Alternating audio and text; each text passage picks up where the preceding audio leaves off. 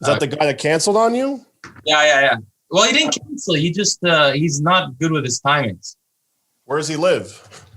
And somewhere in like the wilderness of Michigan, I think now.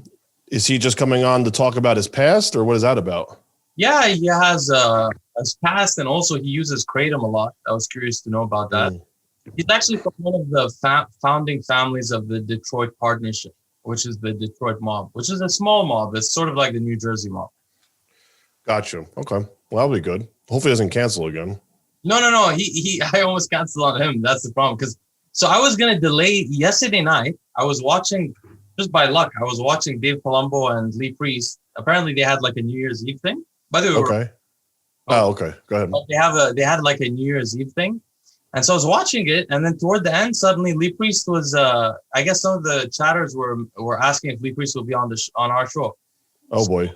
So Lee said, yeah, just watch out. I'll be there soon. And I watched his videos and everything. And then Dave said nice things about me.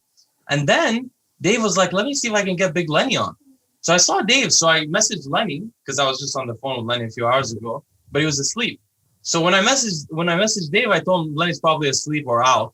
So he told me, why don't you come on? So I was like, I'm very tired. I was sleepy. It was like, oh, you went on last night? No, it was like 12:30 in the morning. So I just went into my office or studio, I guess, whatever this is now, and came on the show for a short bit, like 10 minutes. Oh, that's hilarious. So you're on with Lee too? Yeah, for like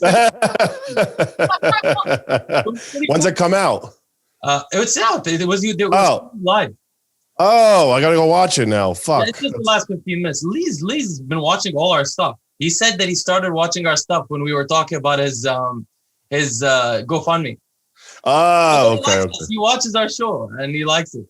We didn't say anything bad about him, so he can't. He likes it, and so he's going to be on the not another cookie cutter podcast with Big Lenny, so he can talk about political. Does he know Lenny? He probably talked to Lenny before, right? Because of Dave.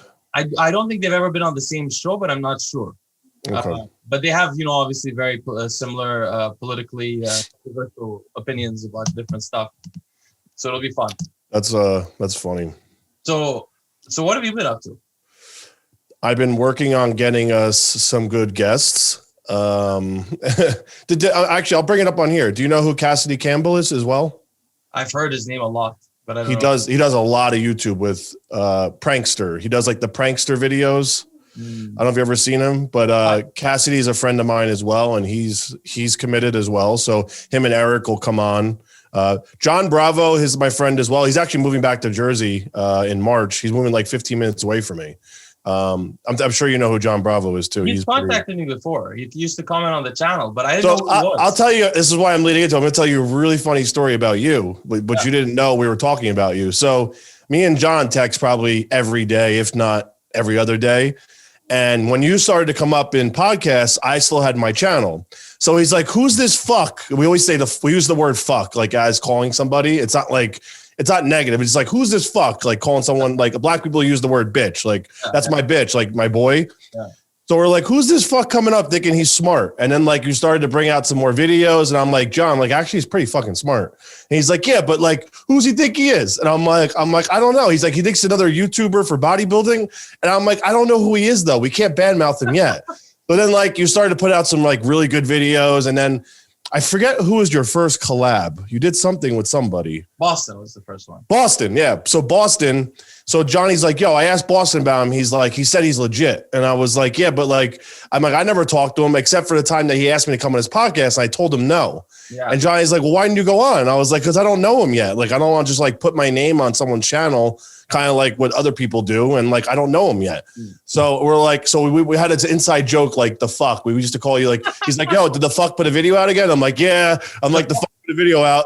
What Johnny Bravo was not telling you is actually he used to comment on my videos from the very beginning, and I immediately blocked him because I didn't know who he was. And I knew a little bit about him. Yeah, he doesn't tell you that, does he?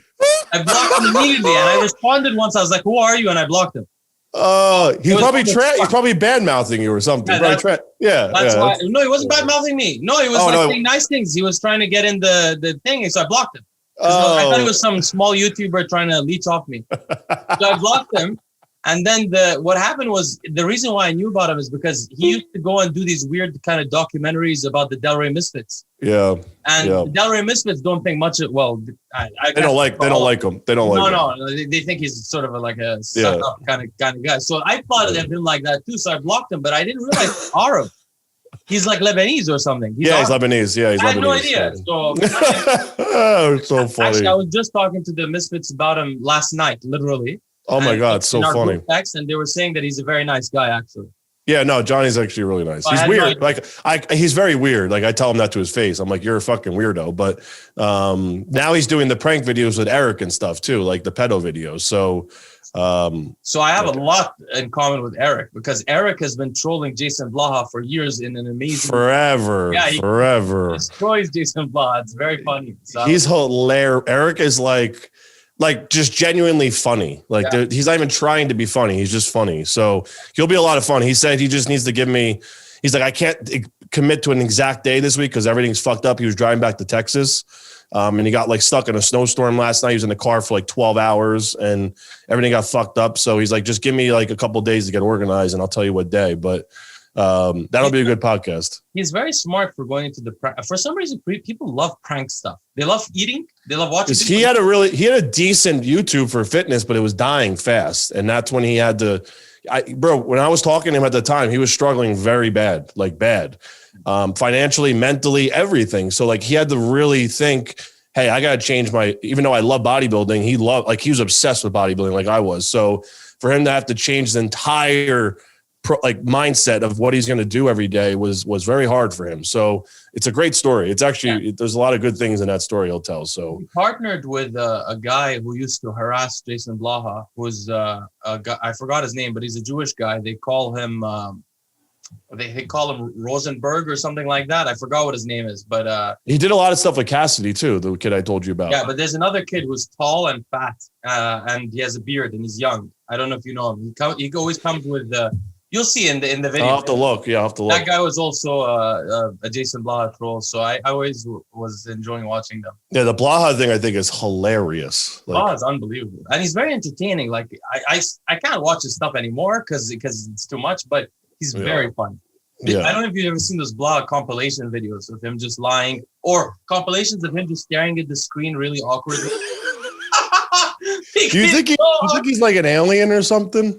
He actually thought he was an alien, it seems. He was on a message board saying that he's from a breed of alien lizard species and stuff. No, this guy is off the wall. He's off the wall. Yeah, no, there's something way off about him. Way off. He's very funny. I wouldn't be surprised. So is there stuff you want to get into first? Yeah. So, well, not first, but I have some ideas for some topics for this podcast. Oh, by the way, for the audience to know, so what Nick and I have decided to be rigorous about is every week we're going to do at least one episode of just me and Nick. Sometimes it'll be short. We don't have much to talk about. And then we're going to usually have a guest on a different day.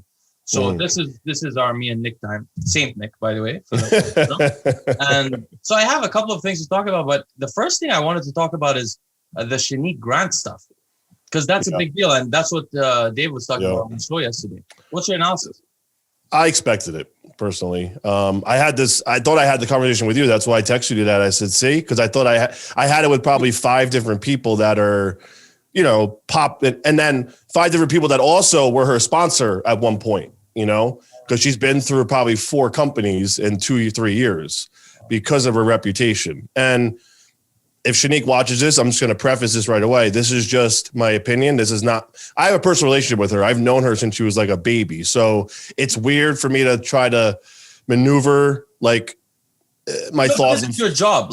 Hey, can I interrupt you for 1 second? I just want to say something. Of course. Sometimes the listeners, they're like, Leo, why are you talking about bodybuilding? I know nothing about bodybuilding, guys, at all. Really, I don't know. I've never tried even to build muscle except once when I hired Dante Trudell. I only was interested in strength. I do know a lot about powerlifting, a lot about arm wrestling, and a lot about steroids, a lot about nutrition, a lot about different kinds of drugs, but I know nothing about bodybuilding. That's Nick's forte. And Nick, since he's a retired bodybuilder, he's a critic, and just like Dave Palumbo, something I get flack for the, that thing you did with Rami recently where what do you say? Panic mode. So Yeah, people panic get black mode. for that, but that's you guys' job. I mean, it's like in any other sport. You're the analysts. Yeah. And So anyway, so it's just hard to maneuver around the truth and opinions and then my feelings. So, you know, and I have a very good relationship with a lot of these business owners that sponsored her, and they tell me horror stories about her. And it's, you know, unfortunately, a lot of it's true because it's been repeated, because I talk to all of them and it's the same thing with all of them, unfortunately. Lack of work ethic, not responding, not doing anything she's supposed to do, not coming through when she's supposed to. Just, you know, a lot of it comes to maybe not being mature enough. I don't want to call it lazy, because I don't think she's lazy, because obviously she can achieve that body she has on top of the genetics she has. So she works hard in certain avenues. Maybe her strengths are in just not social media and doing all the other stuff. You know what I'm saying? So, because that really that's not the sport. But when you're under a contract, I get it. Because I was in Muscle Meds when I was a kid, I didn't do shit for them. But as I got older, I was like, fuck, I'm wasting this opportunity, you know? So it's unfortunate that she has that reputation, but at the same time, they all prefaced this with me. This was years ago when she first started, because she had a very easy climb. She turned pro in 4 months. She's on the Olympia stage in a year. She won 2 Olympias. She's only been doing this for 6 years. So that's a very fast climb, an easy climb when you think about how many people took it to take it. You know, John Meadows took 20 something years to turn pro, let alone this girl took, you know, she was on the Olympia stage in a couple of years. So it's sometimes it's the devil's advocate. Like she's getting these gifts, but also it's fucking up her mindset as far as what's hard work. So I didn't say much until I watched the video that she made, and she talked about how at the end that the IFBB is looking for a different look, and that's why she didn't win. And that really hurt my opinion on everything, because it's not that. She just came not 100%. Her body changed, her look changed. And that was just lack of maybe effort or mistiming or whatever. And it's definitely not because the IBB, she lost that show. She was just off. And maybe she's not owning that and talking the truth.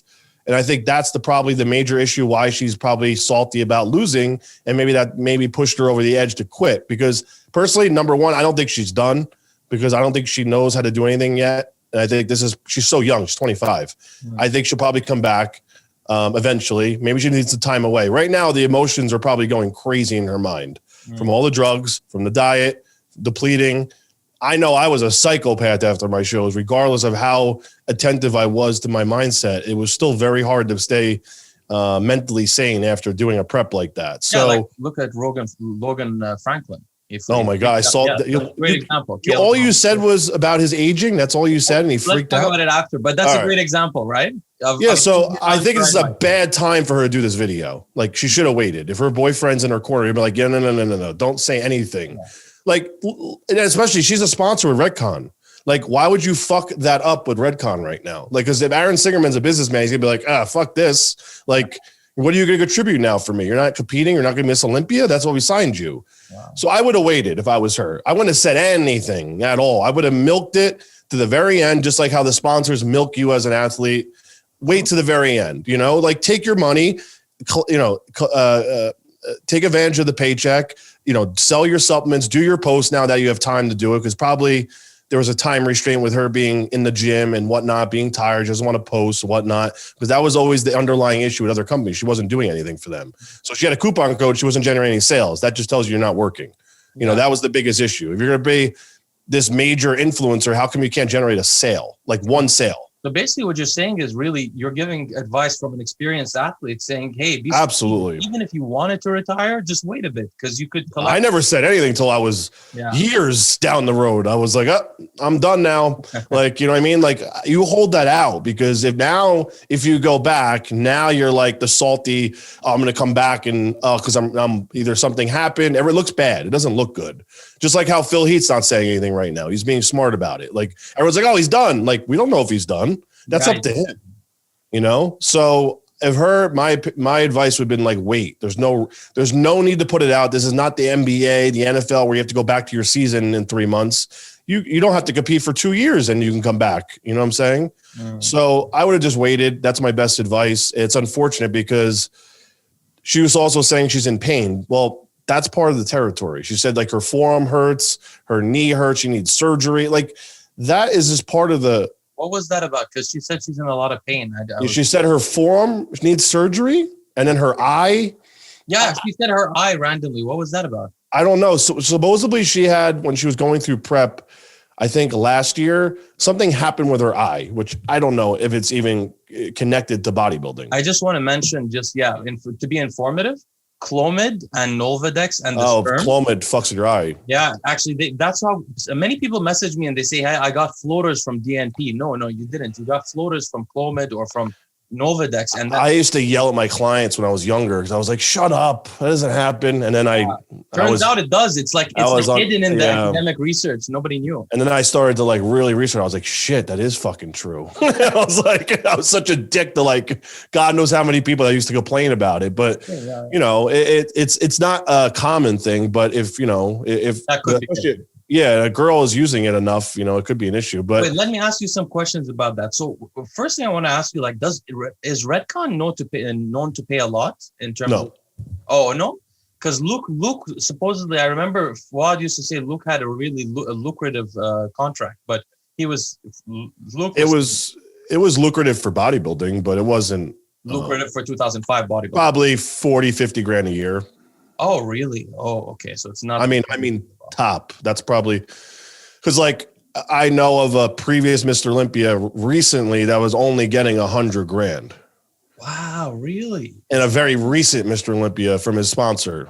Wow, interesting. So it's pretty low, much lower than we thought. But now this is a comparison. I was making 100 grand at the end of my contract after I won Mr. USA, and that was 2014. That's when I was making 60. No, maybe like probably 70 grand before I was a pro. And then my contract had clauses in there where I would get bonuses and a pay raise by percentages if I won my class and then if I won overall, right? So at the Mr. USA and I won the overall. So I got a huge pay increase. It went up like 30K. And I only had that for like 2 years though, because then my contract ended. I was with them for 10 years though. But in the beginning I had nothing. So it was just contracts are reducing really rapidly because you're very. I was thinking 2005 was maybe the last time it was good, but no, it was recent. I mean, I saw it declining then because I knew they weren't renewing my contract. And I was like, fuck, man, that means like, if I'm not getting my renewal now that I'm actually at the peak of my career, like what does that mean for everyone else? Cause I've already dedicated 10 years to them. I never left them. So, do you think it's because the supplement companies are making less money, or is it just that there are enough athletes, or like there's enough people to do it for free that are willing to, you know what it is? This is the main issue. There's a million guys out there that have bigger followings than me at the time and still do, because millions of people have better followings, better engagement, and they can put up their coupon code and make 100 grand a month. Why the fuck do they need to pay me 100 grand a year? And the guy doesn't even want any money from you. He's like, just give me a coupon code and I'll make money for you. Interesting. So those don't even want to sell. Actually make the money out of the coupon. Out of the coupon code. Like that's why Kai Green was gone at Muscle Meds. He wasn't producing anything for them. They're paying that guy $500,000 a year at the time, and he was not producing even half his contract in coupons. So why would they even do that? Actually, we have a lot of things to talk about. I'm just coming up with ideas as we're going along. That's right. Okay, but before we finish with Shanique, so. One thing was the pay. The other thing is, so she was saying in her video, which I watched after you sent it to me.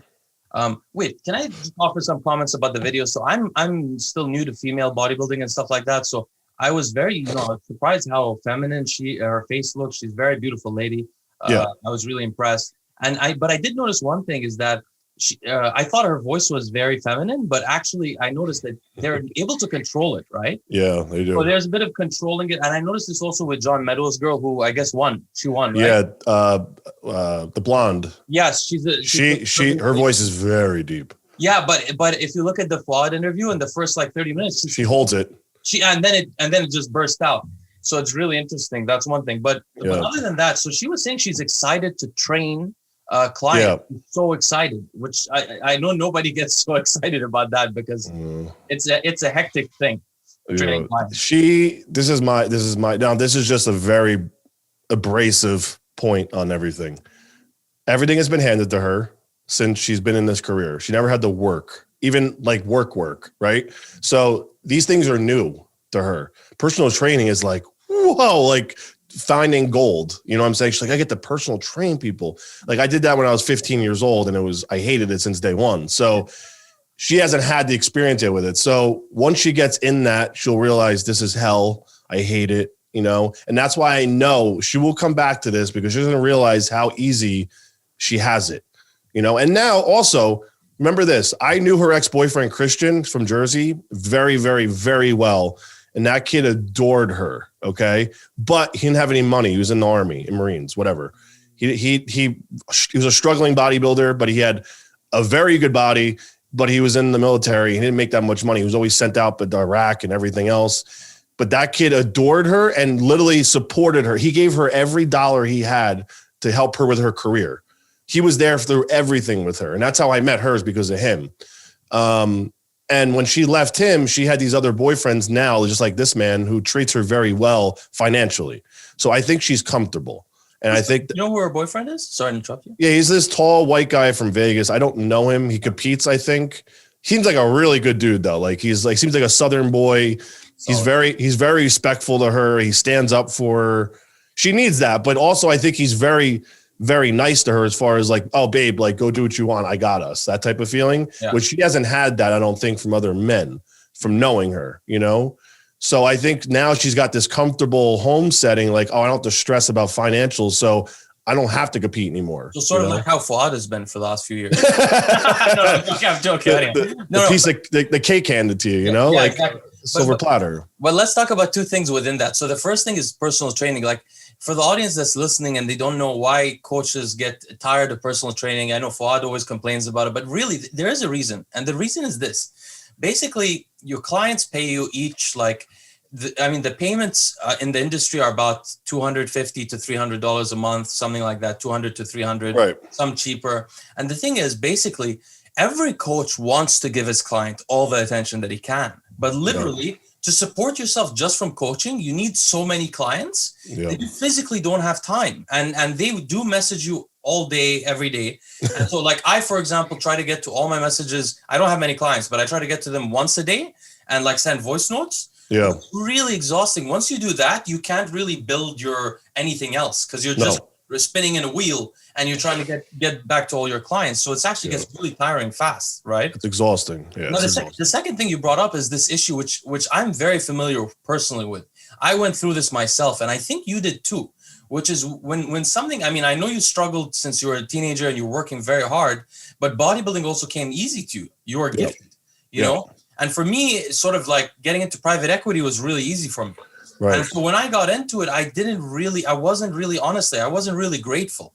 You were getting challenged. Yeah, I was. And also in my case, like we were doing like, you know, when you're in the earlier levels of private equity, you're doing sort of not copywriting, but you're making PowerPoints. You're doing and you feel like you can do much more and you don't appreciate really what you have. In my case, I didn't like private equity, so thank God I got out of it. But for other people, sometimes when things come easy for you, you're not grateful. No. And you feel entitled.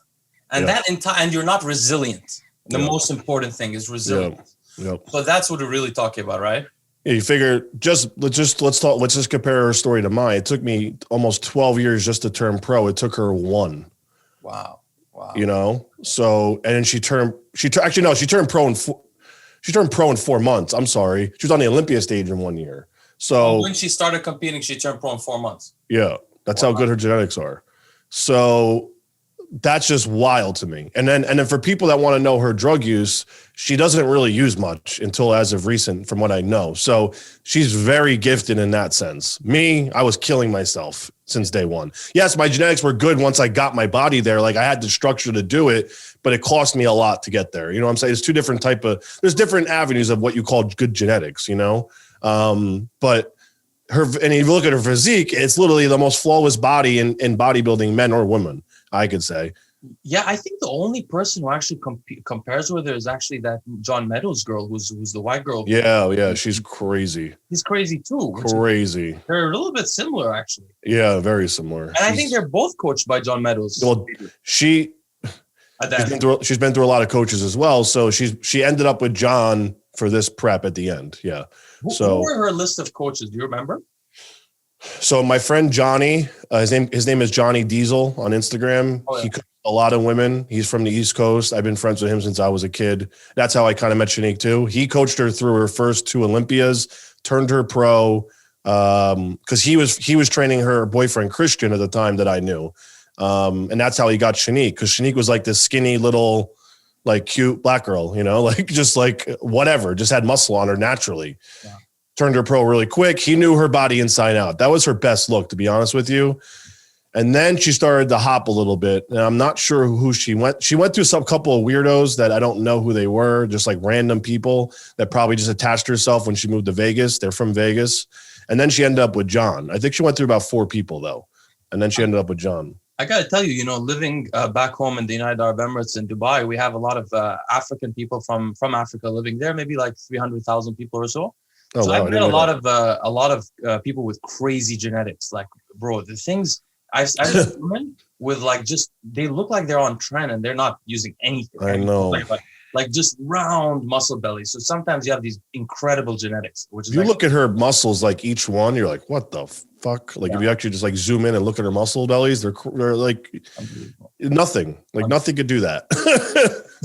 So that's and the other thing, when you said she was off, I mean, for example, I had Boston Lloyd on the show and he thought she should have won, but he was comparing her to the other people. He's not comparing her to herself. I think she declined compared to herself the year before, and that's probably what they got her on. Right? Yeah, I did. I actually did a whole video on why Phil Heath lost because of that, because they compare him to his previous self. Everyone has this photographic memory of Phil, what he looked like, and they're like, oh, he looks horrible. But like if Phil just walked out there for the first time, you're like, holy fuck, who is this man? Yeah, you would have given him second if it was the first time you saw him. Yeah, you'd be like, that guy's got so much potential, but now everyone's like, oh, he's on his downfall, he looks horrible. But like, no, like he doesn't. Like the guy looks amazing. Like what the fuck are you talking about? Same with Shanique. Like there used to be her being a little more crispy. She was actually bigger this year. She definitely was bigger. I thought she was smaller. She had a little bit more muscle on her this year. I mean, I don't know if weight-wise, but she definitely brought out her lats a little bit more. And I noticed her posing was very weird this year. I don't know who taught her how to pose, but she was doing a lot of toes in, like this, which is this is not how you pose. You pose toe. You go duck stance to push your sweeps out. She was doing the opposite, which she was trying to make her legs look smaller, which was very weird. And like a lot of her poses, I sweep out and so you stand heel to heel, not toe to toe. Like LA gangsters do. I don't know if you ever noticed that. You ever seen that when you're living in LA? They're all like this. They're all like that, all the time. They're posted like that. Yeah. Yeah. So you go like this, and then you push your hip flexors forward, so your abductors pop out. She was doing the complete opposite, and then a lot of her side poses, her legs were all. I'm like, who the fuck was helping? Like, this is an elite athlete that's winning Olympias, and her posing was wrong. It's not because it's my opinion. It's wrong. Like that's not how you pose. So I was like, there's something going on. Like I even knew at the show, I'm like, I could tell there's something going on in her head. Like she didn't look happy up there to me. She didn't look like she was enjoying herself. And a lot of people that were commenting said the same thing. Like, why Shanique look angry? Or like, and the commentators were like, oh, insulting her, not so insulting her. That's the wrong word. Making little like jabs, like about Shanique, like not smiling and not enjoying herself up there. And it looked like maybe she was either tired or just not into it. And now like this came out, it kind of all connects, like. I don't get this. See, this is how little I know about bodybuilding. So for the audience that always tells me you don't know anything, I really don't. I thought Natalia looked the best. I don't know what I'm talking about. Which honestly, in my personal opinion, I think she does too, though. I think she should have been second or first. Second, at least. Yeah. I thought second. She had just beautiful shoulders and arms. And her lines are, nice and she's always in shape. Like her conditioning. Is she Russian? Brazilian.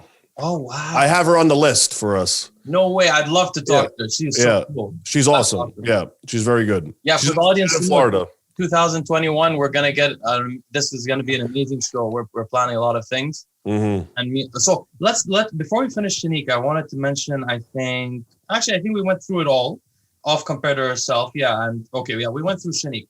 So the next thing we could talk about is Logan Franklin briefly. Guys, I just want you to know, I wasn't really hating on Logan. So I know who Logan is because I follow the Nick Strength and Power channel, and I only follow it because I want to keep up to date. It's a channel to know what's going on, so I can talk to Nick because I don't know what I'm talking about. So I watched that show and I kept hearing about this Logan Franklin guy who was saying he's going to beat Chris Bumstead. Yeah, that was which was, crazy. to me, was really interesting because there was Breon, like there was a big rivalry between Breon and Bumstead because last year Breon didn't think he should have lost. No. So he was turning it up. He was showing his biceps a lot of pictures. He was trying to like focus on Chris's potential weaknesses. Chris was showing much less, came on stage, blew everyone away, in my opinion. Yeah. And then we had the surprising ascent of I don't know what his name is, but the second guy. The tall black, the guy with the guy with Terrence we're talking about. Terrence Ruffin. Yep. Amazing. The guy with the chest tattoo. Yep. It's unfortunate they have those tattoos because it hides some of the muscle. It's really I don't like tattoos. It's much easier on African for bodybuilders. I mean, bodybuilders, because it hides so much. I mean, by the way, once I got tattoos, my arms look like crap. They used to look so cool before I got so tattoos. crazy how much it really screws you up, though. Totally, you can't see any. Patrick Moore is actually getting his removed. Did you see he got the surgery, the laser done? He's got where has he got it? Arms, shoulders. He's getting everything lasered off. So I guess he's. It's way harder on a black guy to get it lasered off because the laser attracts to the melanin, so it burns the hell out of them. The darker the skin, right? Ooh, it's horrible. Like 50 Cent, for example, 50 Cent's tattoo artists, both of them are friends of, well, not friends, but like associates of mine. Right. One was a friend of mine, Mr. Cartoon. For the audience who doesn't know, Mr. Cartoon did I was just talking to Nick about this. He did the Lakers sign. Mr. Cartoon did Eminem's tattoos, Rihanna's tattoos, Bieber's tattoos. He did my back. He's the man. He did 50 Cent's back, the 5-0. Yeah. So Cartoon, and then what happened was Cartoon did all of his stuff, but 50 Cent got like gangster tattoos in the beginning from South Jamaica, Queens, where Fakhri is related to actually. and so when 50 Cent later he wanted to get like artistic tattoos, so he went and got them all lasered off, and he went over to actually another tattoo artist I know in he's in the south of LA, not near Torrance. I forgot where he is exactly. It's shady area, but anyway. This tattoo artist, his name is Carlos Torres. Because basically the issue with 50, by the way, this is some inside information for the audience if they're interested. 50 Cent didn't want to pay for his tattoos, and Cartoon was unwilling to. Cartoon does not. You have to pay. You can get a discount. I got a discount. That's awesome. Yeah, I'll tell you guys how I got Mr. Cartoon. I told Nick last time. I'll tell you guys sometime how I got to know Mr. Cartoon. But the point is, 50 Cent didn't want to pay. So Carlos Torres, who's one of the best American artists, he did his sleeves. And Torres was telling me when he came in there, 50 Cent, after doing all the laser, his skin was so scarred up that he had to use purple colors just to get the blacks to show. Like he had to use crazy different kinds of colors because it damaged the skin so much. I wonder if it looks good. I haven't looked at it. He didn't show it for the first few months, but now I think basically you can't really see it very well. Say the details probably not. Because the scars. I've had that too. Unfortunately, sometimes in life I used to collect tattoos from the top artists in the world, but then sometimes I got like this guy who did my stuff here. He's dead. He's a really famous guy. His name is Norm. Norm Will Rise. He did Marilyn Manson's tattoos. He's a very good friend of mine. He just died from heroin abuse a couple of years ago. Oh, he's a wonderful guy. When he died, it was really sad. But I have some like that. But then I have some. He also did my belly. I have a huge belly tattoo. It's unbelievable. Like that's crazy. You should cover more about the tattoo stuff. People love that shit. I love tattoos. Yeah, but the thing is, like, I stopped liking them as much when all these hipsters started getting them. Well, now it's like another cool thing. Like you get tattoos now. Like it's just a normal thing. People ruined it now. Yeah, they ruined it a little bit. You rarely saw people with tattoos before. Rarely. When I started, it was like that. It was like remember you couldn't even get jobs with tattoos not that long ago. Yeah, exactly. And now they get what we call in the tattoo industry. We say they get scarves and gloves. They get first their neck, then their hands, and their whole body has no tattoos. They just want to show off, or their face, just their face. That's so true. So fucking true. Yeah, I'm the opposite, exactly. But on to Logan Franklin. So what happened was basically, I just heard of him from Nick Strength and Power. And look, guys, again, I don't know anything about bodybuilding. I just found out Logan was 6 feet tall from a subscriber yesterday texting me on Instagram. So I didn't know he was tall. Yeah. I thought he was just a normal heighted guy. And to me, he looked like a muscular guy. I mean, didn't look that impressive. I mean, I was never that, as big as him, obviously, but like, I wasn't training for hypertrophy. I didn't think much of him. He had an attainable look. Yeah, I thought it was attainable. I mean, his waist wasn't supernaturally small. No. And he had a nice look, beautiful. Like that guy we talk about from the 70s, the guy Zane. He had like a Zane type of look, like Breon, sort of. And so like Breon and a white guy, sort of. So I wasn't that impressed with it, but I knew he was calling him out to get attention and everything like that. So I wouldn't have thought he would be shocked. He would be sensitive. Well, to preface though, he did the same thing when he did physique. He used to call Jeremy Buendia out, and he would place like 10th. Yeah, and that's like, what he did now. He plays 9th or 10th now. So like he did the same thing to Jeremy, and Jeremy would laugh at him like you're not even in the top 5. So how could you even say you were going to beat me? You know? You gotta admit something about Jeremy. That guy has a waist to shoulder ratio that was crazy. Yeah. And the highest Logan ever placed, I think, was 6 in physique. So that's why he left physique, because he wasn't winning. And now he's in classic and he's not winning and he's getting pissed. He's probably eventually going to have to be a full-fledged bodybuilder. But my impression is, if you've been training that long and that's all he has. You can't get that big. You can't. He's not doing it. There's no fucking way. So I heard like from a little birdie on Instagram that I don't know, this is just alleged, but like he uses insulin, he uses growth, he uses everything. That's what I heard. If you've seen his coach, but if you knew his coach and what he does with people, yes, he's 1000% using the whole arsenal. Yeah. So I heard that. So my impression is probably can't grow much bigger. Anyway, this is not important stuff. The point is, I got a message. And he also, something to interrupt you, but he also coach hops between people, like 3 coaches like, all the time, and they're all pissed and sick of it now. Oh, really? Yeah, because he just uses people. That's just not how it works, dude. Like, so for the audience that don't follow me on Instagram, basically someone messaged me because I was the first person to make a video about why bodybuilders age quickly. I made it about 6 months ago. If you guys want to check my channel, just search bodybuilders aging. After I made that video, Vigorous Steve made a video 4 months later on the exact same topic. And then right after that, Derek made a video on the exact same topic. And I originally covered it, many months ago. I was the first person to ever talk about it. So basically what happened was my followers that have been following me for a long time, not followers, my friends, really, they sent me messages and they were like, hey, Logan Franklin, they sent me 2 messages. Like they said it was 2 years apart. So I didn't know, but I saw it and I was like, this is pretty interesting because his forehead actually grew. It wasn't the hair receding.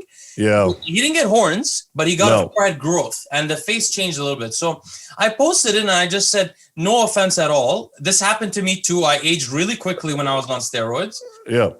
Everyone, everyone does. Yeah. Your hair gets white a bit. Your face gets, now just for the audience to know, because some people message me, they're like, is it the masculinity coming from the androgens? No, that's one thing.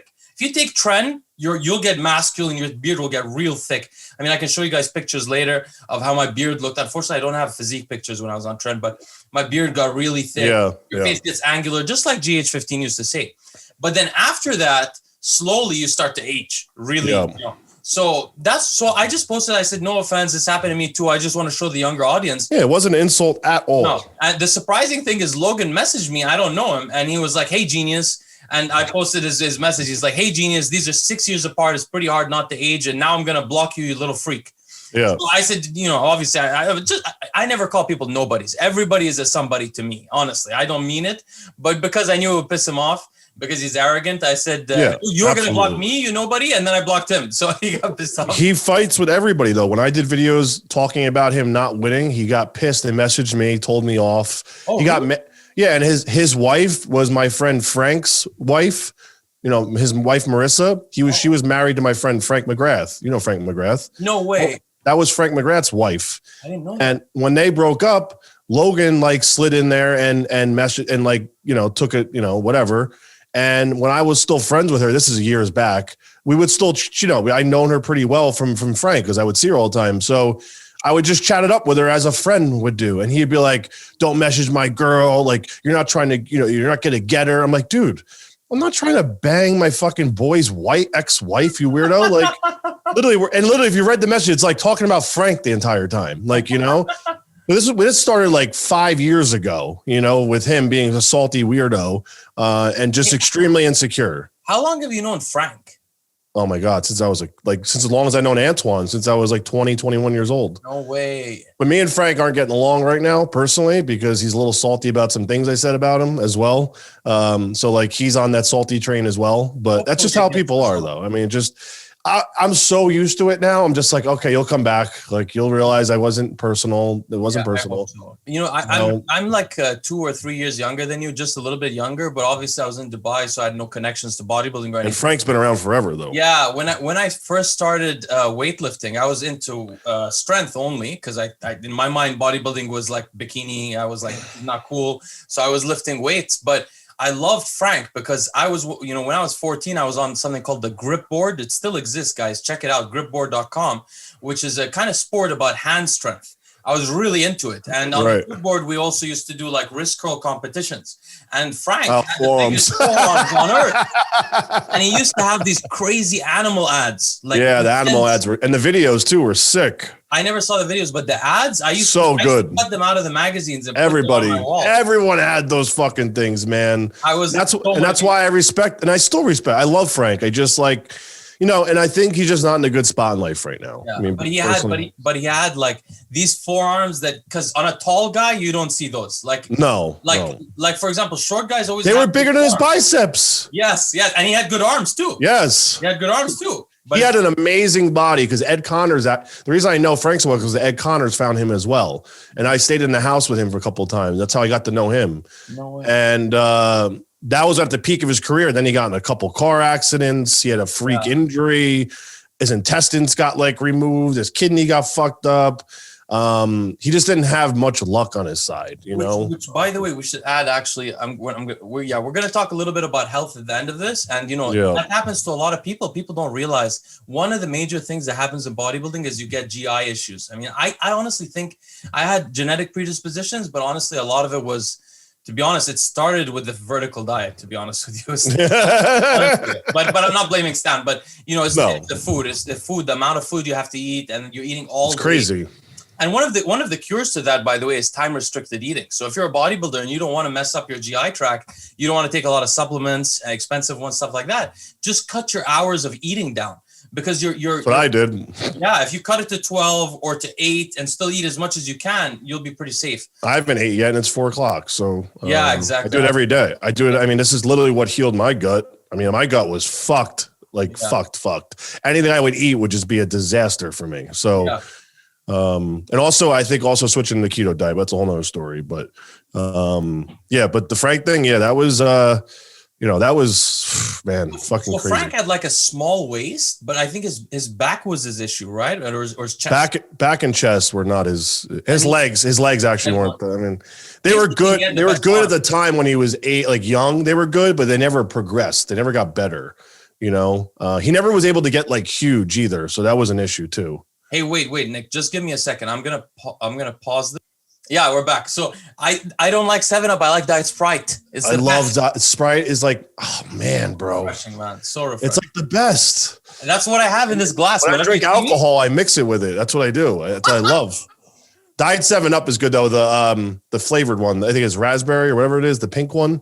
That's exactly what I have also right now. I have gallon liters of it in the fridge right now. Me too. But you can't drink that all the time because it's no. It's my treat for dinner and stuff. I do it.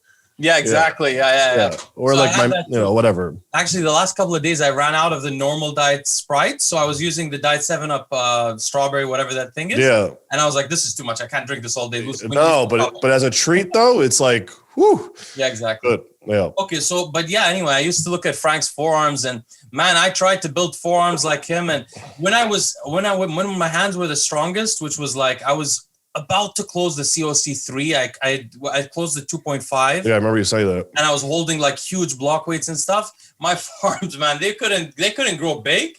But I had before I had tattoos, I had lines and lines. They were like cables. Like Flex Lewis too. Like Flex Lewis has got small. But I had lines, cables, you know.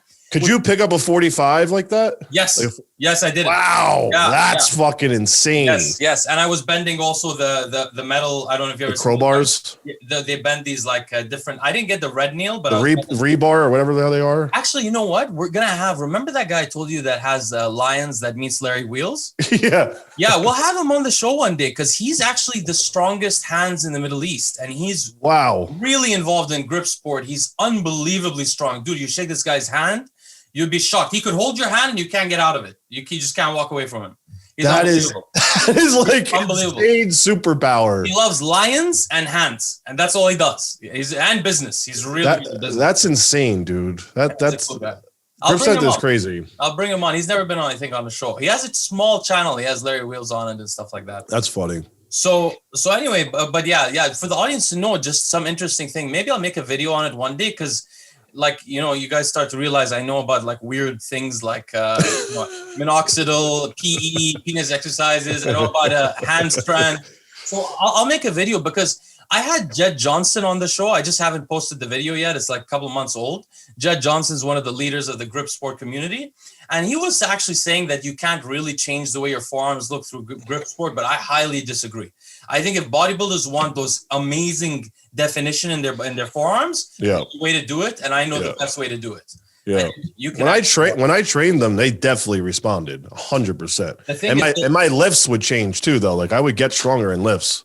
Were you using thick bars like the fat grips that Phil Heath was sponsored by? I didn't. So that's a good question because I didn't get into it till too late. Like I didn't get into my forearm training like that until late. So I don't know if it made a big difference, but I definitely noticed the difference immediately with my grip strength from doing the bigger bars. Like even the pressing bars, like much bigger bars to use. The thicker ones, I forget what millimeter it is, but they made a big difference. Like thick barbell, like the whole barbell. The whole barbell, yeah. I used to use those too. Yeah, if you guys want to, I'll make a video on it, but if you guys want to check it out, go to ironmind.com. That's the original company. And the second one is Richard Soren's company. He's one of the first people to close the COC4. It's called Sorenex. You can get amazing equipment there.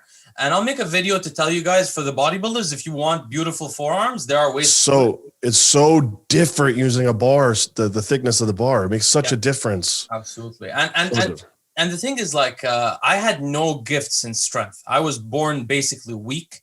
And when I first tried to close a gripper, I couldn't close the trainer, the COC. I don't have grip strength. Yeah, I had nothing. I have zero grip strength. So I basically built that up from zero. So even though I never reached the COC3, which probably I could do now for fun, I should probably do it. But do you keep that strength? Yeah, doesn't go away.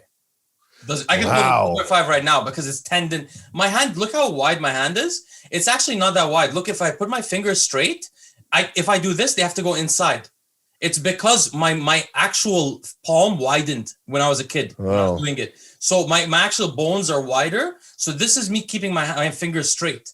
If I do this, they actually have to go inside it. Yeah, this is mine like that too. Yours is like that too. That means it widened out. Yeah. My hands are much smaller now, though, from when I got off all the androgens, though. Like they shrunk tremendous. From the GH, right? Or because I have gloves that I wore when I was a juice head. They are they don't even stay on my hand, Leo, because they slide off. So now I can fit into like a larger XL because my hand fits in them now. But because of the muscle like here. Yeah, because this would explode. Like it would be literally like a ball. There's a muscle like here. There's this thing. Yeah, and this used to be like a mountain of a ball of scar tissue or whatever the fuck was in there, dude. Yeah. You know what I did? Some people were messaging. Actually, they were interested in arm wrestling. They're like, "Can you inject growth hormone in your hands to get?" Oh my god! I did that. It doesn't work. So just. Yeah, but do you think when you're this is just a dumb question. Do you think doing the thumb or the overhand makes a big difference in your forearm strength? Depending on what lift you're doing. You mean if you're doing like if you're doing pressing, I used to press like this all the time. Then I realized my forearms are not getting anything out of it. So then I started to do overhand grip. What really matters is when you deadlift. If you do the curl grip like this, it's way harder than if you do this. Oh yeah, that's me. Yeah, that's. Of course, what about curling though? Curling, do you curl like this or do you curl like that? No, I curl the dumbbells. Yeah, with the thumb. Because I'm not trying to break my hand. Yeah, right. Yeah. So you're hitting the what tendon? I forget the fuck it's called on your bicep. But I see what you mean. The wrist will be more activated if you're not using your thumb. Yeah, because a lot of guys do tricep push downs like this. They don't grip it like this, and then their wrists aren't. They're what do you call it? They're not. It's not flex. Basically, your the flexor muscle. The flexor muscles are not tricep push down. Yes. Yeah. Actually, Scott Mendelson taught me to do it that way. He told me, bend your wrist, just focus on your tricep. Yes, that's what Guys don't do that, though. They're over like this, and then it's all fucking forearms. And then that's forearm. You don't hit your tricep. Yeah, and their triceps are small. And I'm like, that's the one little thing you can fix. Exactly. So back to Logan. So basically, send me this message. And then the funny thing is, he told me it was 6 years apart. But then, because I posted the message, a bunch of other people commented to me, and they said, it was 2. No, apparently, it was 2. So they sent me more pictures, and he really aged quickly. Oh, see, I thought you were trolling him because I knew it was 2, and I thought you were writing 6, like making fun of him, saying he said this is 6. No, he said 6. Oh. And they send me more pictures. Apparently, it's like 1 year apart, 2 years apart. Yeah, it's 2 years apart. Yeah, it's 2. Oh yeah, he said 6. No. I wasn't. Oh. I didn't mean to bother him. Honestly, I didn't think he'd see it. That changes the whole dynamic of the joke in my head. Oh yeah, no. I guess he lied. I don't know, but the thing is, I only 6 years. That photo is literally like a year or two ago. I only tagged him because like I wanted to be respectful, and on the bottom I said like I'm trying to be respectful. It happened to me too, and so on. Yeah, I know you weren't a dick. Yeah, I wasn't trying to.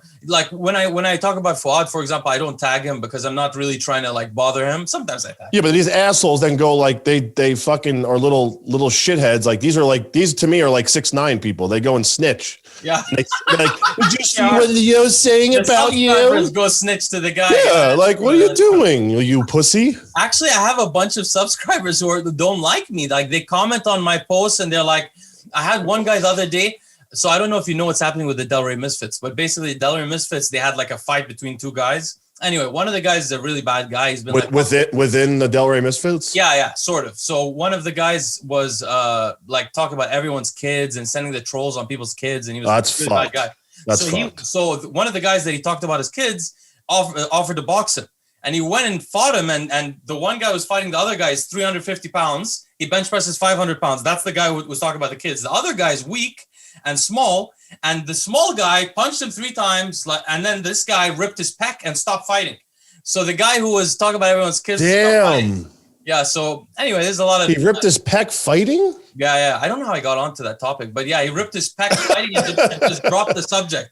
Troll. The snitches. So basically, like I wrote on the thing like good triumphs over evil, and then this guy comments and he's like, yeah, like you and Fuad. Fuad is winning, huge channel. You're losing. I'm like, dude, my channel is like 6 months old. Fuad is a famous bodybuilder, and he's been doing it for like 10 years. Yeah, but by the way, guys, for you guys that don't know, the secret about Fuad's channel is he has a bunch of food videos that hit 1 million, and that's how he got so many subscribers. And that was weird. That was a freak thing. It's the food videos. Look at his channel and look at the most viewed videos. He has some viral videos that are food videos. Yeah, but how's that? It's so weird how that happens. Some people get a video that goes viral because it's food or whatever. Like I see that happen all the time on people's channels. People love to eat. Like Nico Caro Avocado is a great example. Sometimes I watch him just to understand what people are watching. Have you ever heard of him? Yeah, I saw that before. Yeah, I've heard of him. I watched the poll. Yeah, I'm not following. Like 160 pounds. He's like 320 now. I know. It's so interesting to watch. It's crazy. But you know what's interesting? He has like 1 million views on each video. But like if you watch his channel, his apartment is like so crappy. I think he's like saving all the money. Like these guys are smart. I think a lot of them are afraid too, like that YouTube money could be gone. Because it could be. Because they're not really, they're just celebrities. Like they're not really providing value. And it's like it could be gone tomorrow, you know, like they're not selling anything. They're just waiting for that YouTube money to come in. So which is stupid as fuck. They sell cameos and stuff like that, but that's all. Oh, I know the cameo thing is hilarious now. All these people doing that.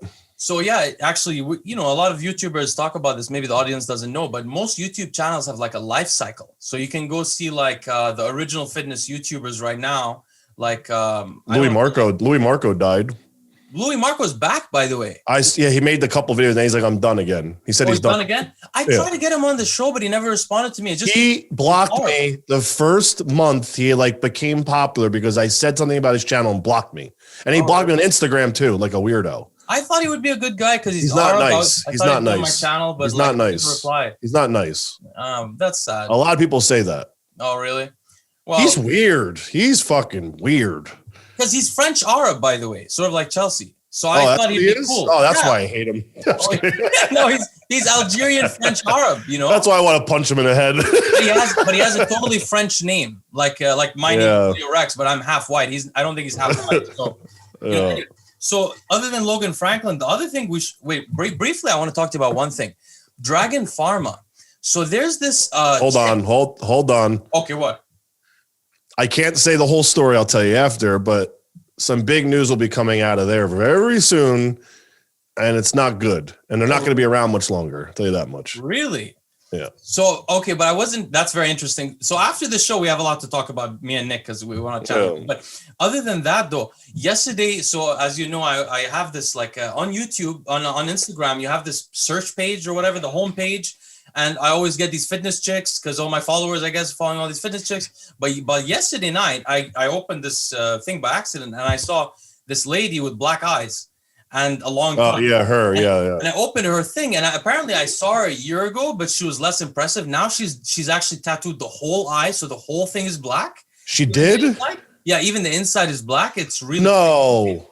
It's really crazy looking. So she only had her pupil. She had a little bit, yeah, the pupils. Now she has the whole eye, which looks really Why would crazy. she do that? It actually looks crazy. But the thing is, so I opened it and I was just like looking at her pictures and stuff like that. She's really interesting, huh?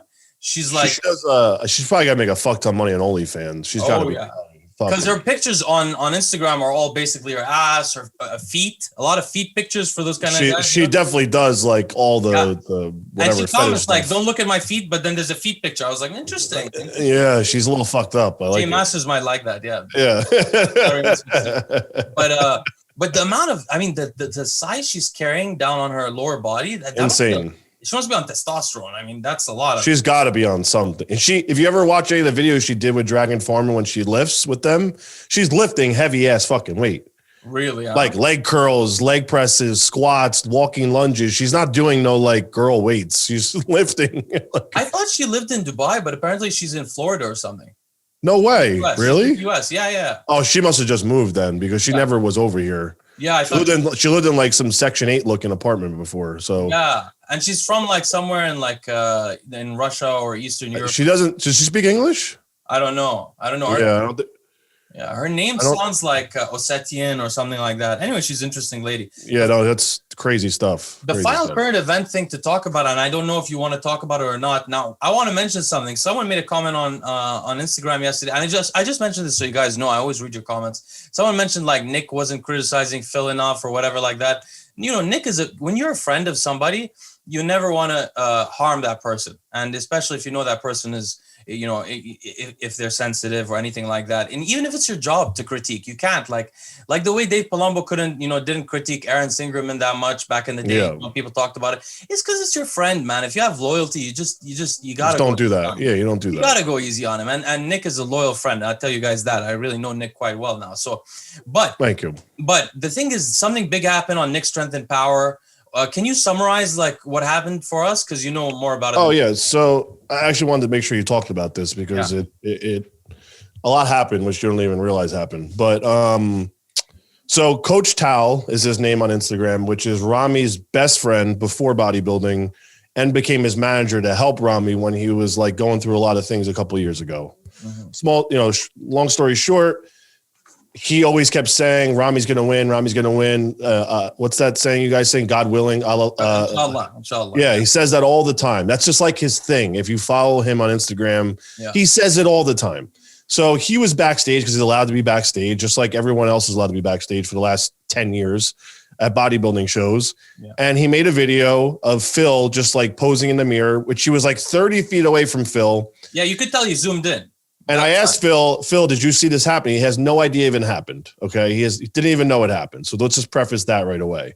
So it didn't affect him mentally, didn't affect his show, didn't affect his placing. In the mindset thing, I get it because he's backstage, he's pumping up, but no one knows the facts. So he just immediately attacked this guy. And I defended him to Phil and his wife. And that's why I want to talk about this. Mm-hmm. So he made that video and posted it right away. And I literally saw it like the minute it came out. It was on top of my feed. And I sent it to Phil. I said, yo, did you see this? Because I was a little upset too. And I didn't read the caption at first either. I just watched the video. And then I wrote the caption. He says, Mr. Olympia 7 times, much respect. Phil's one of the greatest. He said everything good. He did not take a knock at him at all. And he wrote, whatever. But in the video, he says, Rami is going to win, like basically says Rami's going to win this year. God willing. Rami's the best. Yeah, I can't say it. You're mixing up all the different things we say with our heart. Mashallah, inshallah, assalamu alaikum. There's too many things. What's God willing? God willing is inshallah. Then just say God willing. Yeah. Inshallah, yeah. So that's all he said in the video. Shah means willed, and Allah means God. And if you realize in the video, he's zooming all the way in. So that tells you he's nowhere fucking near him. And he says it so quietly. He wasn't trying to hurt the guy. Yeah. So if you take it all into consideration, watching the video and realize, okay, he just made a video backstage. And mind you, if you were backstage and knew what was going on, Everybody has their fucking phones out recording. Okay. Yes, he made a mistake, and I'm going to defend that part by posting that. He probably shouldn't have posted it. No, I think the thing that maybe people misread. I mean, you could clearly see he zoomed in a lot, so probably Phil couldn't have heard it. But the thing that he did was it sounded like he was taunting him, but it wasn't that. It's that he loves Rami. He's like, it's his boy. We're gonna win. Yeah, he's cheering. So I pitched it to Phil like this. I said, and his wife, I said, it's like being at a basketball game and a fan screaming, "You suck." Yeah. Like, what are you going to say? You can't do that? Like, and I granted, now this is like a locker room setting of a basketball game. You don't walk up to LeBron James and say, "Oh, in your face, you're going to lose." But let's say like they sell VIP passes at basketball games. You're allowed to be like, go in the back, which I've had before. Fans are everywhere. Like they yell stuff. This was not like in Phil's face screaming at him, recording it. It didn't distract the guy before his performance.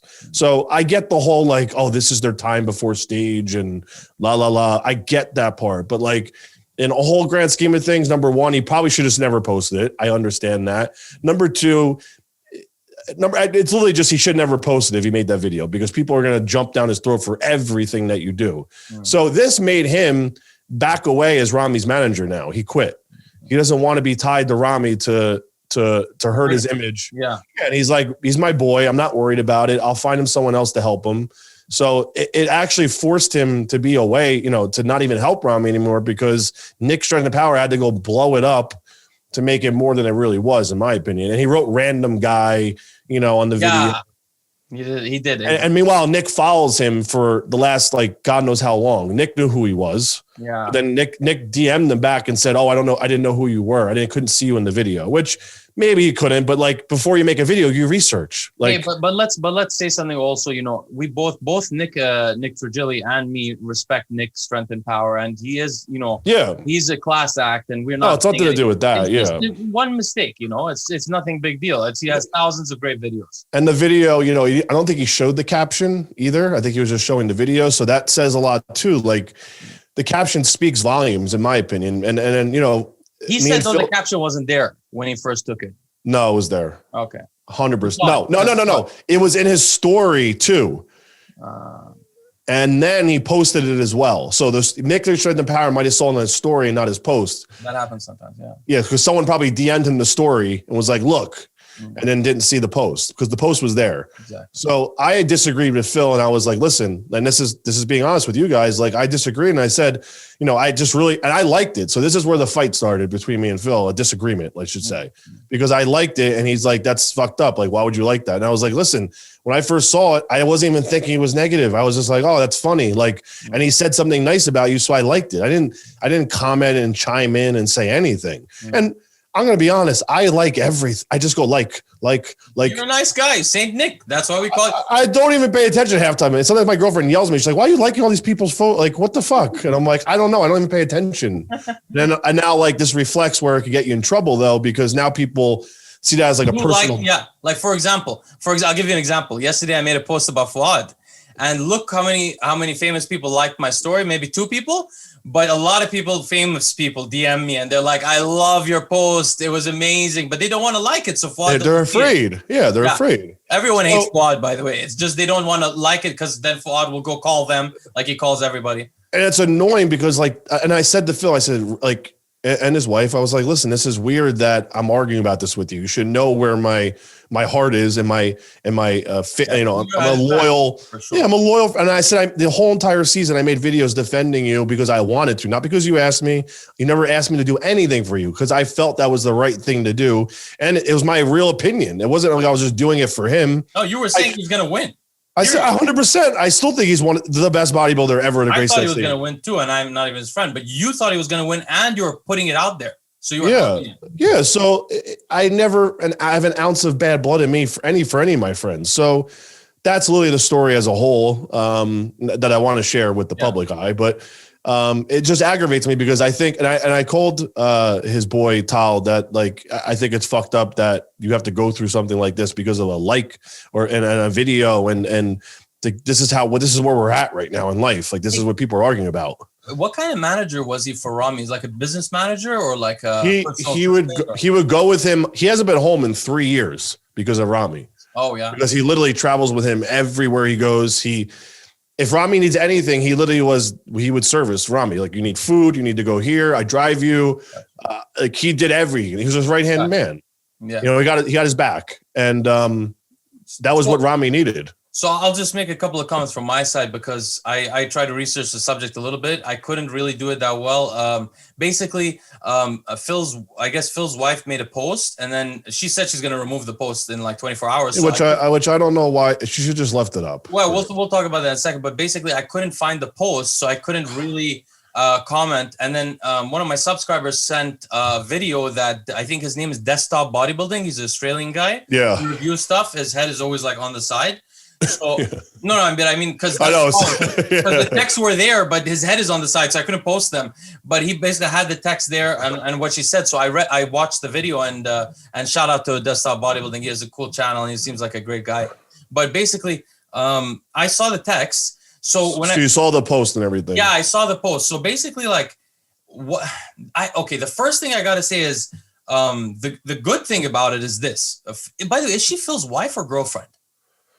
They're engaged. I'm not sure if they're actually, because Phil recently got divorced. So I don't think that's, personally, I don't know. I don't know what's going on. I think he's married, but I don't know. I know he's engaged though. So in the beginning of his first few Olympias, he was married to someone else? Yeah. How many Olympias do you think he was? How long was that? 4. Married? He was with her for 4 Olympias. What was her name? He was married for 12 years to her. Oh, wow. Amazing. Okay. And then he got divorced. So it must have been really difficult for him. Might have affected, by the way, his preps as well. Divorce is a really horrible thing. That was a rough spot for him, you know. Sure. So he has a new girlfriend, and her name is what? Shurie. Shurie? Is there a name? Shurie. Shurie.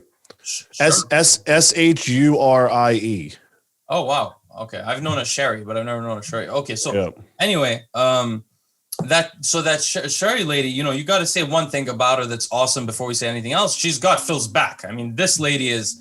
1,000%. I feel like if a lady said something to Phil in his face, she would just punch the lady. Phil's laid back like me. Like, he's very, very, very, very chill. Sure, he's Italian. She's aggressive. Oh yeah, she's aggressive. So that's, you know, I always got to say any lady who's got a guy's back is awesome.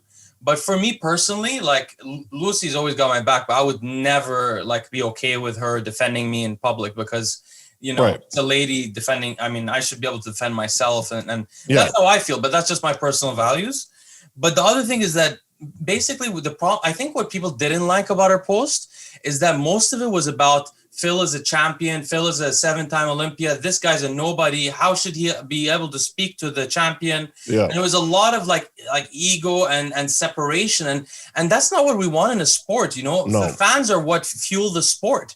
Yeah. So you want to project an image that you love your fans. And Phil did a great job this year with his image in his interviews, and even after the Olympia, humility and humbleness. Actually, I want to mention something really quickly for the audience that don't know Arab culture. When Rami kissed Phil on the head, that is the highest level of respect that you can do in Arab culture. Yeah, see, here it's like a joke. Yeah, people don't know what that means. Like, when I see my father, I kiss him on his forehead. Yeah. That's on my grandfather. We say forehead kisses all the time here. That's what me and my girl, we always do that. Oh yeah, that's like. Well, I kiss her on her forehead. Yeah, For us though, that's like a huge kind of respect. So anyway, the point is, Phil was a class act and did all of that, but unfortunately, her post was in the tone that Phil used to be before, which is like, I'm the champion. Who are you? Or whatever. Yeah.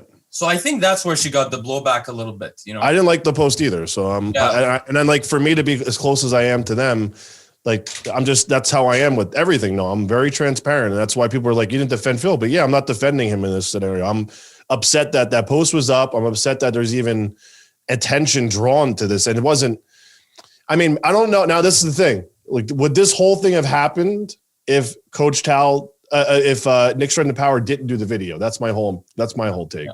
Right? It would never happen. But Nick needs to make like 3 videos a day. So he has to find a topic. I know. No. I'm not saying that it's Nick's fault, but like, this all has got so much more attention now because of that. Basically, you know? He destroyed Coach Tal's like life for a few days. I mean, that's basically, what happened. Yeah. Well, the interesting thing about Coach Tal, I messaged him by myself I didn't know that Nick was in contact with him. So I messaged him and I was like, hey, because I thought he was Arab.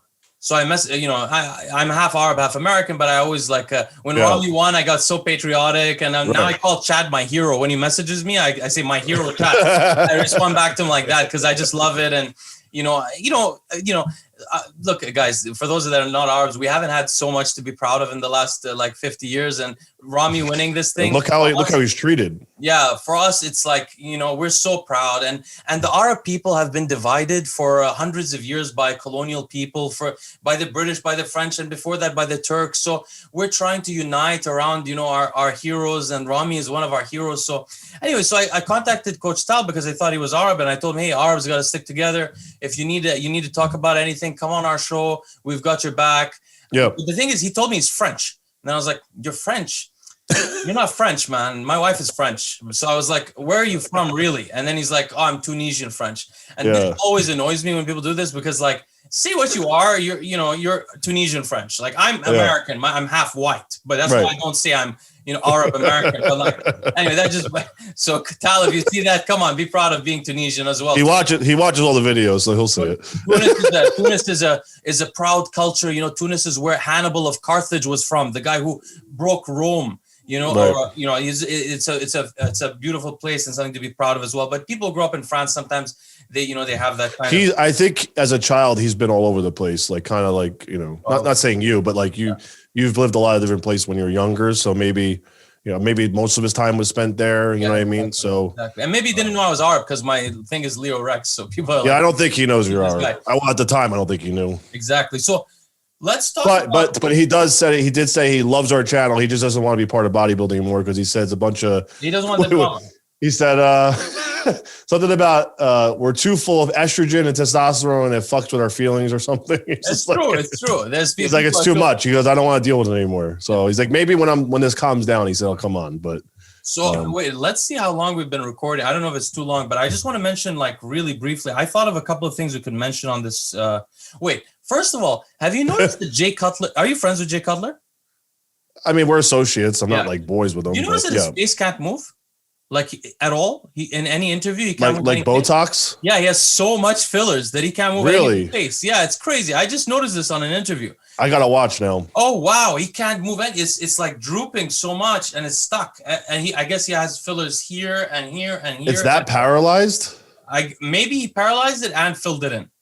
Because I don't like the way his hair is looking right now. I don't know if he's getting the surgery. No, that's because he got the surgery for sure. Come on, why would anyone cut his hair? You think he's? For sure. You think so? Yeah. Why would anyone cut his hair when his logo is his hair? I don't know. That's why I just like, it's not growing back. So I'm like, what the fuck is he waiting for? So another thing I wanted to ask you, where do you think Rolly would have placed? Now, we didn't really know his condition. We know he was a bit smaller or looking a bit tighter, but say he did come in very tight. Where would he have placed? Let's say everybody is exactly what they looked like and Rolly was 100%.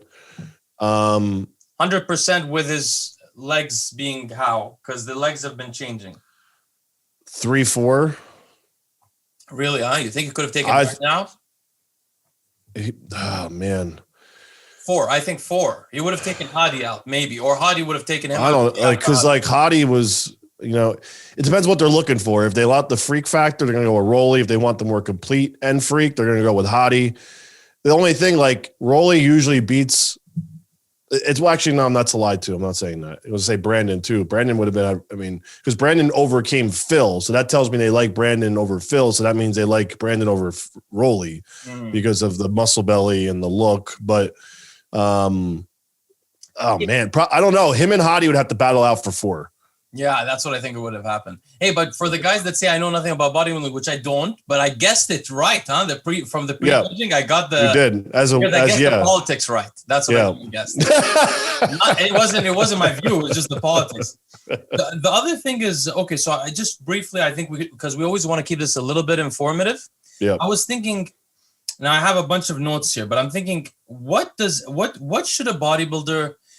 What would I get if I was a bodybuilder before I start a cycle? What drugs would I have on hand to protect me? Because this is some of the new stuff me and Nick have been talking about. So I wrote a list down. I just wanted to talk to people about what I would potentially get. So first of all, I would have HCG. Why? I know that there was differences of opinion for a long time. People thought if you take HCG, you're gonna desensitize your balls to luteinizing hormone.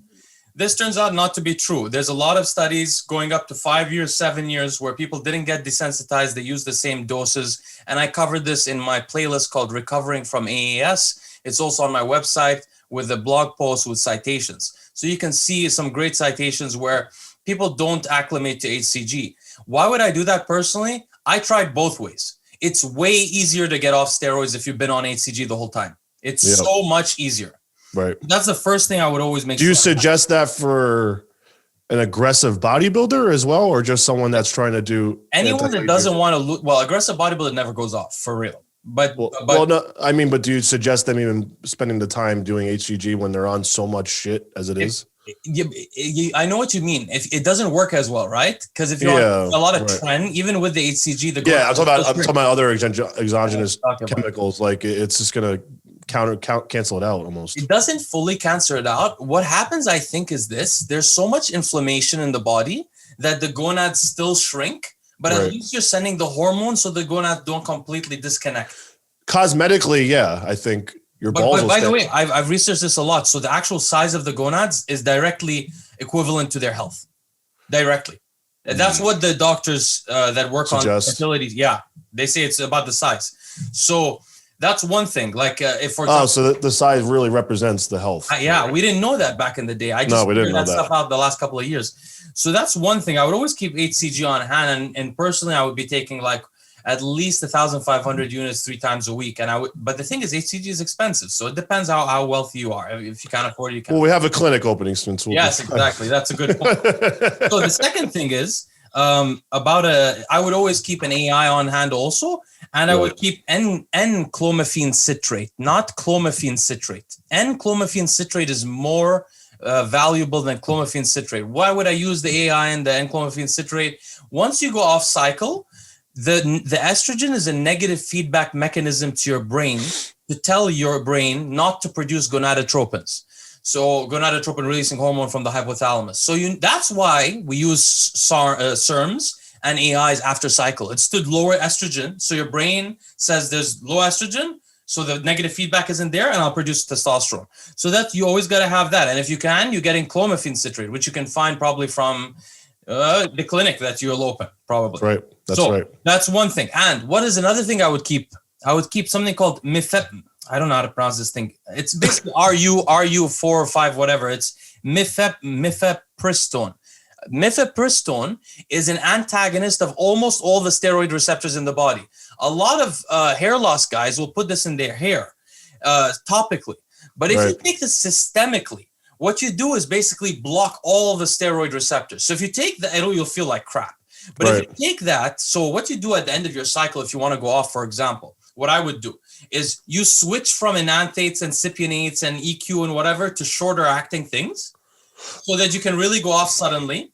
And once you go off, you get on an AI. You don't necessarily need SERMs. You go on an AI, lower your estradiol to like 10 or something. Crash it. Right. And as you crash it, you add in that RU mifepristone, whatever, for like 100 to 300 milligrams for maybe a week or so. You just block all the steroid receptors. Now, this isn't just to recover from your cycle. It's also, say you're a bodybuilder and you've been on 3 grams or 4 grams of total stuff for a while and it's not working anymore.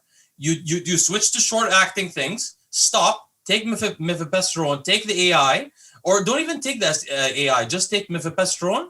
And then when you do that, you block everything. Everything, all the androgen receptors upregulate, the progesterone receptors upregulate, everything upregulates, then you go back on cycle and you reset yourself. This is sort of the reset that Amin, for example, claims ibogaine does. Right. But this is what it would do. You need to block all the receptors. For example, this is one of the tricks I do for some of my clients who have dopamine issues. We take an antipsychotic that blocks dopamine receptors for a couple of weeks, and then very quickly their dopamine receptors are reactivated. So this is a trick you guys can use. I just wanted to include some informative stuff. Another thing, so on cycle, what would I keep? Maybe we should leave it at that. I don't know. Well, I'll do a couple more things. What I would always keep on mind, in hand, is ezetimibe. Ezetimibe, also called Zetia. I mentioned it on Dave Palumbo's podcast. All you guys can research it and know how it works. Basically, why I like it it has the least side effects of any anti-cholesterol kind of medication. It'll lower your cholesterol by 10 to 15%, and it'll probably prevent you a little bit from getting fat on your liver, which will prevent you from getting insulin resistant a little bit. Now, it's very innocuous. So that's what I would use unless my LDL-C was above maybe 100 or above, technically above 80, you're getting plaque. But so I would use that. Then if I checked my LDL on cycle and it was over 80, then I would look at a few other drugs, which I mentioned before, but I'll list them here for you guys. So number one, I would look at rosuvastatin or pitavastatin. Rosuvastatin is a very strong statin. It could give you myopathy. It could make your muscles weaker. Pitavastatin is much less likely to do this. Now, if you do get myopathy and you're on a statin, you high dose ubiquinol or coenzyme Q10, like in 3 grams a day, separated throughout the day, and you take selenium. And this will reduce the myopathy, the muscle weakness a little bit. But you only need statins if it's very strong or if you're not very rich. If you're very rich, you could go to bempedoic acid. Bempedoic acid inhibits cholesterol synthesis a bit higher up the scale than statins do, but it's very selective to the liver. So it won't affect your muscle and the rest of your brain as much. But it's hard to get it prescribed, and it may cost a bit of money because it was recently approved. Sorry, guys, I'm talking a lot. But the last one I want to say is this. No, it's great info. A PCSK9 inhibitor. If you're a rich guy, you make a lot of money, you pay $5,000, you get Repatha. Repatha is the leading PCSK9 inhibitor. That basically it does the same thing as statins, upregulates the LDL receptor, but it doesn't cause muscle weakness, and it also doesn't cause an increase in calcification. The only problem with statins is this: they're very mysterious. They upregulate the LDL receptor, which means they pull LDL out of your blood, but they also increase the rate of calcification. So your CAC score, your calcium score will raise, which is a problem if you're doing it for a very long time and you're still bodybuilding and you have high inflammation, because inflammation is what also does that. Right. So those are the things I would keep there. Now, the other thing that I would mention is propranolol or nebivolol, which are the beta blockers. Now, I have 2 videos on this. You guys can go learn about it. Nebivolol you could use, but it's long acting. And the thing about nebivolol is it's less effective on the brain, on the psychology of stress, but it doesn't allow your heart rate to decrease as much when you're exercising. But it stays in your system all day. On the other hand, propranolol is very powerful for the brain. It's very short acting. Using it right after your workouts could decrease your amount of inflammation. People say it'll decrease your gains. I don't think so. Especially when I would use propranolol is if I was on something like Trenbolone. I use it now, so it's beautiful. It's a beautiful thing. Very useful compound. And these are the things like I've been trying to introduce to bodybuilding. You know, I'm not a doctor. You need to talk to your doctor, but these things could save a lot of lives if you talk to your doctors. They could really save a lot of lives. So I think we should leave it there for now. Oh, no, one thing, Nick, you need to talk about this. So tell the bodybuilders about insulin syringe injections compared to normal injections. Why they shouldn't be using big 18 gauge things to inject themselves, and why it's useful to inject yourself, rotate the areas, rotate around your chest, rotate around your shoulder with an insulin syringe. So I think I know you could do like a 2-hour video on that, but I talk about it all day. But summary, a summary of what I want to talk to you guys about is this: that first of all, when Leo prefaces the needle as an insulin syringe, a lot of people think you have to go buy this little small 1 cc insulin syringe they use for growth hormone or insulin, right? You can buy a normal gauge. You could buy a 3 cc actual syringe part, and you can buy the smaller gauge needles and twist them on. That's the first thing I want to say. So you can buy the bigger syringes to fill up more with more steroid or whatever you're putting in there, right? Oil, and then buy the tips. You buy them separately. A lot of people don't even know this simple little thing. So don't go buy the 1 cc things. I used to do this and backload it and put the plunger in. It shoots out the side. It's a disaster. And then you're squeezing it so hard it doesn't go anywhere. So that's no. You buy the normal size, either 3 cc, 5 cc. I used to buy 5 cc like a joke, and it's like a caulk gun. And then you could buy the tips. So I would buy 25 gauge. That's plenty small. If you want to go to 27, 26, you could do that too. But it's going to be a lot harder to push it through, especially if your gear is not the best quality and it's thick. Then what you do is you keep whatever is in this syringe, and if the tip gets dull, you just replace the tip. It's very easy. Just twist on, twist off. So if you have 5 cc's in there and you get to like shot 4, it's dull, you just change the tip very easily, and you keep the fluid in there and just change the tip. So if you're doing, I would do 3 injections with a needle. So, and it's your own skin. You're not going to get an infection. As long as you're using benzyl alcohol on the skin, you're perfectly fine. You can do multiple injections with the same needle until it gets dull. Like if you don't have scar tissue, you'll go right through. You can do 5 sometimes when I was young. So that's the first thing. Now, when you're doing the injections, gold advice. I just want to tell people this is gold advice. Like this is unbelievable. You go to getpins.com with the Z and you buy whatever you need on there. Everything's on there. And this is not a plug for a code. This is literally the site I've been using since I was 15 years old. So when you do your shoulder, for example, you have the front, the medial, and the rear. So for the front delt, for me, was very risky. There's a lot of nerves, a lot of tendons, a lot of things going connecting tissue. I didn't feel comfortable putting too much stuff in my front delt, to be honest with you. So you have a desk right here. I'm actually going to lower my desk, right? You have a desk in front of you to use as your support. So instead of standing here like a jerk off and going like this as your shoulder is flexed, there's a lot of tension, you lay your shoulder flat, parallel on support, whether it's a chair, a desk. And now if you feel the muscle, it's very spongy. So whatever you put in here is not going to hurt, number one. Number two, there's not going to be that much abrasion when the needle goes in because your muscle's not tense. So you can feel it's very pliable. So when you're going in now, you're going straight down. You're not going in. A lot of people go like this with the needle. So the muscle fibers are running this way in your delt. They're running down. They're not running cross or left to right. So you want to go with the tissue, the fibers. So when you're going down, straight down into the muscle, you're going in between the fibers. You're not going to have that much damage then either as well. So when you push the needle in, you go slow, very slow. Don't go jamming. That causes more damage as well, trauma to the muscle. It's going to cause more scar tissue underneath to develop. So you feel it out, you put it in, you slowly push it in. I'm not going to sit here and tell you not to what am I trying to say? Pull back. Aspirate. Yeah. Aspirate. Yeah. But I didn't aspirate and nobody. Yeah, but this is not doctor's recommendation. I didn't aspirate, but I would do it if you want to feel safe. Then you slowly push it in. Okay. Now you do 1 cc or half cc, whatever you want to start with, and then do another injection here, then do another injection here. So that's 3. So that's essentially, if you do half cc, that's 1.5 and 1 delt, but don't do 1, 1, 1 the first time ever doing any of this. Start with quarters even. Start with halves and slowly move around. You can do 3 injections per shoulder. Now you go to your bicep, the same thing. You rest your bicep here so it's relaxed. It's not tense, okay? If you have very vascular arms, it's going to be much more difficult to find the maneuver around. You can still do it, but it's a little more risky, right? You don't want to puncture a vein. That's going to cause a lot of trauma. It's gonna bruise, and you're gonna have these guys with bruise all over their bodies and their arms.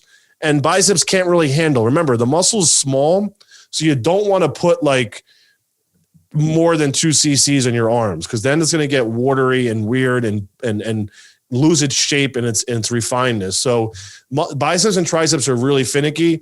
And same with shooting your triceps. You have your horseshoe. I don't have much of a horseshoe anymore, but you have the horseshoe outline. So you kind of flex in the mirror and see where your horseshoe is.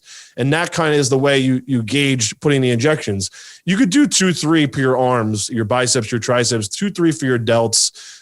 People that do their chest, same thing. But you literally keep this formula for all your body parts, even your legs, guys. Like guys that grow their sweeps now, they shoot from their teardrops up and they grow the bottom part of their teardrops like this. If you see bodybuilders now, there's a teardrop and there's another teardrop, and then it goes to their quads. Like that's not muscle. I'm sorry. That's not manufactured in a gym. That's manufactured at the home with whatever the fuck they're using. So not going to blow up any spot, but if you look at Mr. USA and you look at one of the winners, I'm not going to say who it is, and you look at his quads and his arms, his delts, everything is manufactured in his home, in his bedroom. Okay.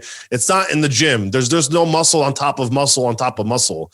That doesn't happen. And then you look with a trained eye, there's no fibers, there's no feathering, there's no striations. When he hits the transitions and the poses, you could see in the video, nothing's happening. There's no like electrocution going on between the muscle fibers. So that's a clear sign that there's a nice layer of scar tissue laying over something that's blocking the muscle fibers from pushing against the skin. So we can go into this really deep about stuff, but like that's just a 101 real quick. So I want to give some commentary on this. So I actually learned how to do this from Nick actually before I knew him. when he first came on YouTube, I was still using. It was like the first videos I did. Yeah, I was using huge needles, and I was like, damn, this really makes sense. Well, yeah. Also, draw with like a 20 gauge or 18 gauge. You just change the tip. You draw it. You take it off. Use that tip as your drawing tip, because you want to obviously.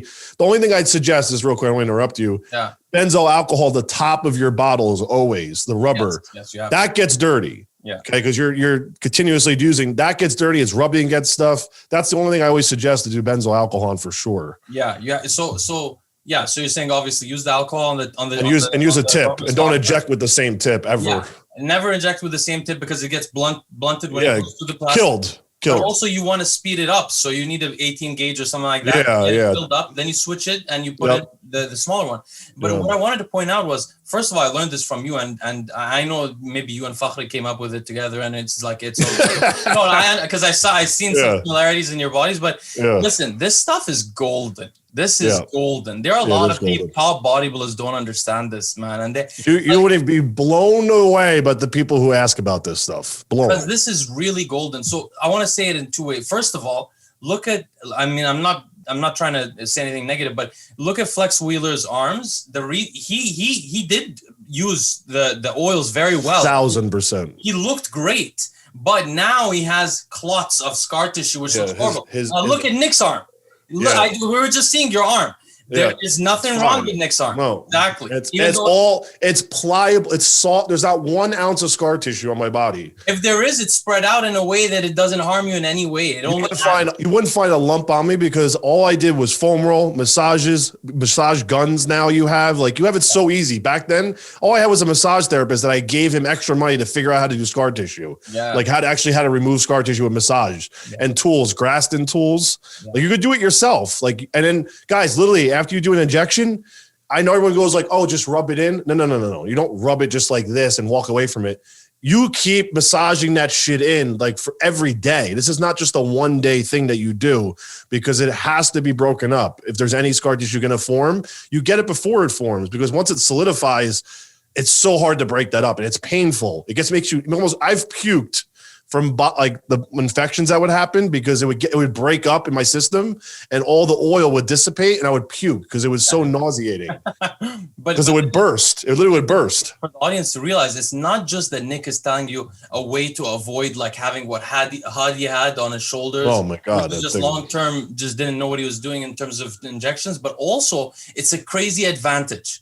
Nick is giving you a tool to make your body what you want it to look like. Like, for example, I was born without triceps. If I was to be a bodybuilder, I could never, I don't grow triceps. They're crazy. So even though they were really strong, my triceps, I could always do push downs with the whole stack and everything, but they don't exist. The only way you can do it is and you can't inject in one spot. Like you can't inject in one spot. That's going to ruin your shape. Yeah. And we can, it'll damage it permanently too. Like a couple injections will damage it permanently. And people don't realize that. With scar tissue or nerve stuff. Nerve is like Boston did it to his arm. I was going to mention Boston, but I didn't want to. He's talked about that publicly with his bicep. Like that's why when you have to go in, also when you guys go in slow, if there's any type of nerve that you're touching or I don't know what's going on down there, tendon, you will immediately feel it. But if you plunge through that hard, you're done. That's it.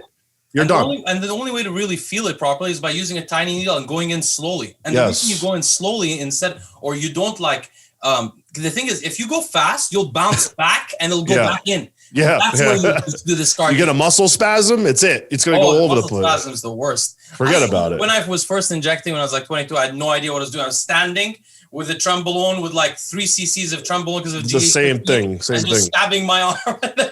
My friend used to go into because she couldn't reach his delts because he had so much shit in him. He would use the wall. And his needle broke. The needle broke in his arm. He had to get it surgically cut out because it broke. It snapped. It snapped in his arm, and he has this scar now that's like the size of a cell phone on his delt. It's horrible, dude. Okay, people are stupid. We did this was great. We covered 2 topics and we gave some information in my opinion, your information is golden. This is really great. We'll stop recording, guys. We'll see you next week. I have another guest next week, and we'll talk again with Saint Nick. Who, by the way, were you very busy in December and Christmas because of holidays of Saint Nick? Is Saint Nick Santa Claus? Yeah. So you were really busy because you were telling me you were going everywhere. Yeah, oh yeah, that was everywhere. Absolutely. All right, we'll stop recording. See you later, guys. Thanks for supporting us. Bye-bye.